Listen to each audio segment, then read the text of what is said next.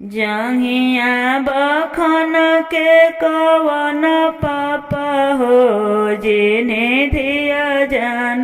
Marvel, जिन्हें धिया चलले सासुरवा न हो, घरवा आंगन भैले सुन, के रोवेल सभवा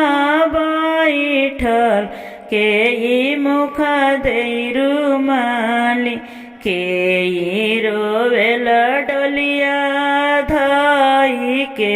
बहिना सासुर जस, के रोवेल डोलिया धाई के, बहिना सासुर जस, लटे लटे मोतिया गुहाई के, बेटी ससुर